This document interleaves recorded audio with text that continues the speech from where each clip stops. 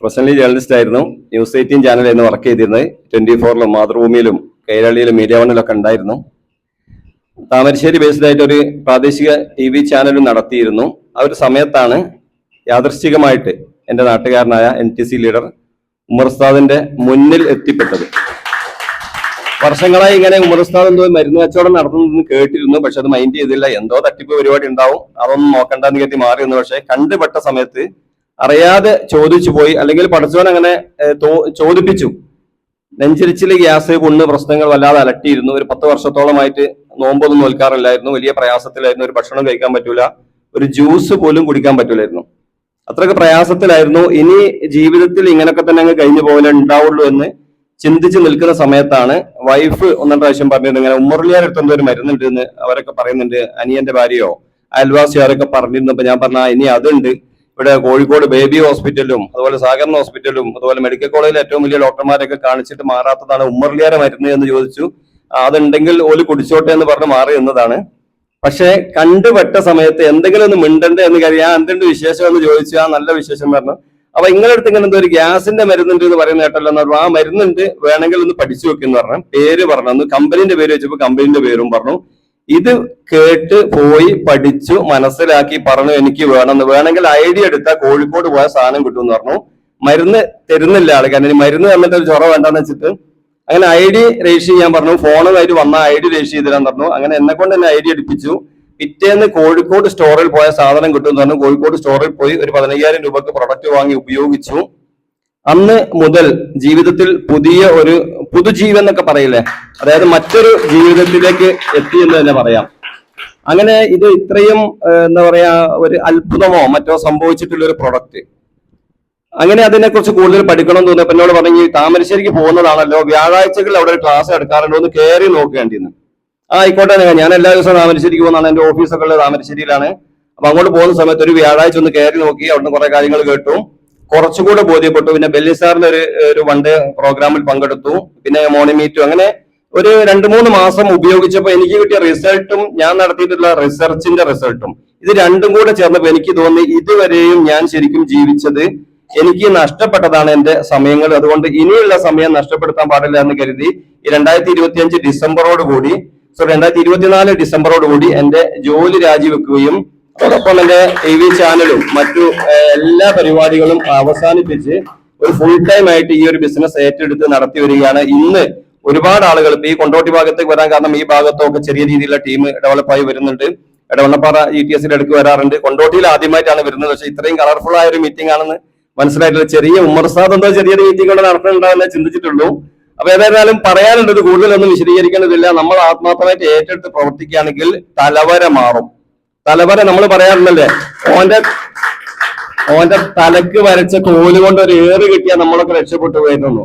അത് അങ്ങനെ ഏറ് കിട്ടിക്കൊണ്ട് ആരും രക്ഷപ്പെടാൻ പോകുന്നില്ല. അത് വര നമ്മൾ മാറ്റി വരക്കണം. ഏതായാലും എല്ലാവർക്കും വലിയ വിജയങ്ങൾ ഉണ്ടാവട്ടെ എന്ന് ആശംസിക്കുന്നു. Thank you. അപ്പൊ എന്റെ ക്ലാസ്സിൽ ഒരു കുട്ടി ഇങ്ങനെ തീ പൊള്ളിട്ട് ഇവിടെ ഇങ്ങനെ ഒരു പൊട്ടു പോലെ വട്ടത്തിൽ ഇങ്ങനെ, അപ്പൊ ഞാനിങ്ങനെ ശ്രദ്ധിക്കും എന്ത് പറ്റിയതാന്ന് ചോദിക്കും. അപ്പൊ എന്നോട് പറഞ്ഞ് ഇങ്ങനെ തീ പൊള്ളിയതാണ്, ഇങ്ങനെ എന്താ പപ്പടം പൊരിച്ചപ്പോ എന്താ വെളിച്ചെണ്ണ തെറിച്ചതാണ്. അപ്പൊ ഞാൻ ആ കുട്ടികളൊന്നും പറഞ്ഞില്ല. അന്ന് രാത്രി തന്നെ പേരൻസിനെ വിളിച്ചാണ്ട് ഇങ്ങനെ എൻ്റെ അടുത്തൊരു മരുന്നുണ്ട്, പിന്നെ ഹോണ്ട് ഹീല്, അത് തേച്ചാൽ നല്ല ഫലം ഉണ്ടാവും പറഞ്ഞ് അന്ന് പിറ്റേന്ന് തന്നെ ഞാൻ വീട്ടിലേക്ക് കൊണ്ടുപോയി കൊടുത്ത്. ഒരു 4-5 ദിവസം കഴിഞ്ഞപ്പോൾ തന്നെ എനിക്ക് വിളിച്ചാണ്ട് ഓല് പറഞ്ഞ് നല്ല മാഞ്ഞു വരുന്നുണ്ട്. അപ്പൊ പിന്നെ അത് ഒരു 10-15 ദിവസമായപ്പോ തന്നെ അത് ഫുള്ളായിട്ട് കവർ ചെയ്ത് ഫുള്ളായിട്ട് മാറിയിട്ടുണ്ട് പറഞ്ഞു. അങ്ങനെ പിന്നെ ഓല് 2-3 പ്രാവശ്യം എൻ്റെ അടുത്ത് ആ സാധനം വാങ്ങി, വേറെ ആർക്കൊക്കെ വാങ്ങി. ഇന്നലെ എൻ്റെ മോളെ ക്ലാസ്സിലെ ഒരു കുട്ടിക്ക് ചിക്കൻ ബോക്സ് വന്നിട്ട് പാടുക ഉണ്ട്, എന്താ ചെയ്യച്ചപ്പം ഞാൻ ചന്ദ്രസാർക്ക് വിളിച്ചപ്പം ആ സാധനം തന്നെ ഉപയോഗിച്ചാൽ മതി പറഞ്ഞ് കൊണ്ടുപോയി കൊടുത്തിട്ടില്ല. നാളെ കൊടുക്കണം ഇൻഷാ അല്ലാഹ്. മോക്ക് അലർജി ആയിരുന്നു, ശ്വാസം ഫാന്റെ ചോട്ടിരുന്നാല് ശ്വാസം കിട്ടൂലായിരുന്നു. പിന്നെ അദ്ദേഹം അപ്പൊ ഞാൻ അതിന് വേണ്ടിയിട്ടാണ് കയറിയത്. ടൂത്ത് പേസ്റ്റ് ആണ് ഫസ്റ്റ് താത്തനോട് വാങ്ങിച്ചത്. അപ്പൊ അതിന്റെ പല്ലിലെ കറ പോയി, പിന്നെ പല്ലിലും ബ്ലഡ് ഇങ്ങനെ വരുമായിരുന്നു. അപ്പൊ അത് മാറി. അതിന്റെ ശേഷമാണ് മോക്ക് അലർജി പറഞ്ഞിട്ട് ഞാൻ ഈ പിന്നെ കാഴ്ചപ്രാവശ്യം വാങ്ങാൻ തീരുമാനിച്ചത്. നമ്മള് ഐഡിയ അടിച്ചാൽ കുറച്ച് ക്യാഷ് കുറയല്ലോ. അപ്പൊ അങ്ങനത്തെ ഇടയിലാണ് ഞാൻ കയറിയത്. അപ്പൊ അതിന് വേണ്ടിയിട്ട് കയറിയതാണ്.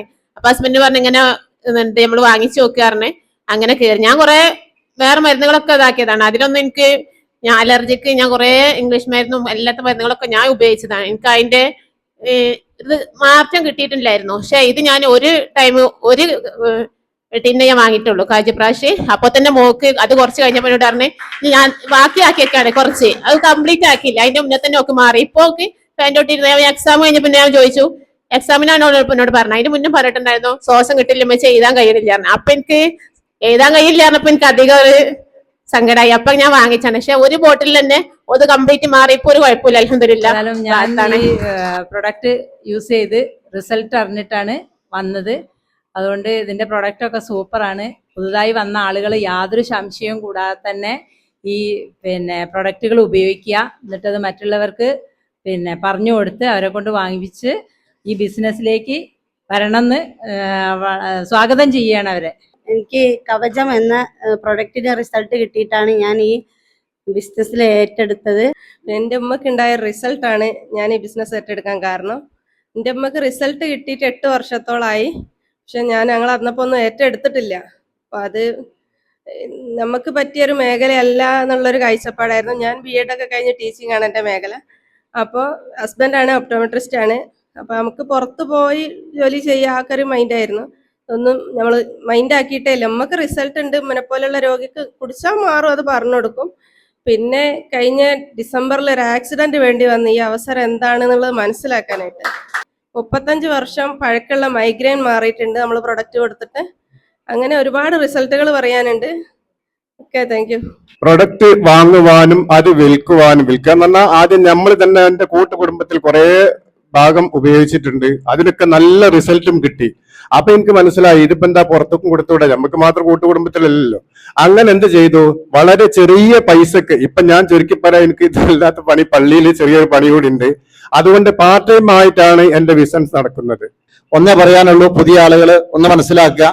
ഇതിൽ വന്ന എന്നെ പോലത്തെ കുറെ ആളുകൾക്ക് സങ്കടമുണ്ട്. കാരണം പറഞ്ഞത് ലീഡേഴ്സ് പറഞ്ഞ സമയത്ത് ഇത് ഏറ്റെടുത്തില്ല എന്നുള്ളൊരു സങ്കടം ഞങ്ങൾക്കൊക്കെ ഉണ്ട്. അപ്പൊ ആ സങ്കടത്തിൽ നിങ്ങൾ പെടരുത്. ഏറ്റെടുക്കുക, പഠിക്കുക, പ്രവർത്തിക്കുക, വിജയം ഉറപ്പ്. Thank you all. 17 വർഷം ഇന്ത്യൻ ആർമിയിൽ സർവീസ് ചെയ്യാനുള്ള ഭാഗ്യം കിട്ടിയിട്ടുണ്ട്. പ്രൊഡക്റ്റ് ഉപയോഗിക്കാനുള്ള ചില സാഹചര്യങ്ങൾ വന്നപ്പോൾ പ്രൊഡക്റ്റ് ഉപയോഗിച്ചു. വൈഫാണ് പ്രൊഡക്റ്റ് ഉപയോഗിച്ച വുമൺ കമ്പാനിയൻ ഉപയോഗിച്ച ഫയർസ് തന്നെ. അപ്പൊ വൈഫിന് കിട്ടിയ റിസൾട്ട് ഇതിനെക്കുറിച്ച് പഠിക്കാൻ പ്രേരിപ്പിച്ചു. അങ്ങനെ പഠിക്കാനുള്ള അവസരങ്ങളൊന്നും ഒഴിവാക്കിയില്ല.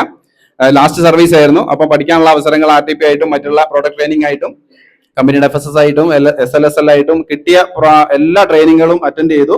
ഇവിടെ വന്നതിന് ശേഷമാണ് ഈ ബിസിനസ്സിനെ ഏറ്റെടുത്ത് ചെയ്യാൻ വേണ്ടി തുടങ്ങിയത്. അങ്ങനെ ചെയ്തിട്ട് ഇന്നിപ്പോ കമ്പനിയുടെ zonal team coordinator star pearl റാങ്കിൽ എന്നിട്ട് വർക്ക് ചെയ്യുന്നു.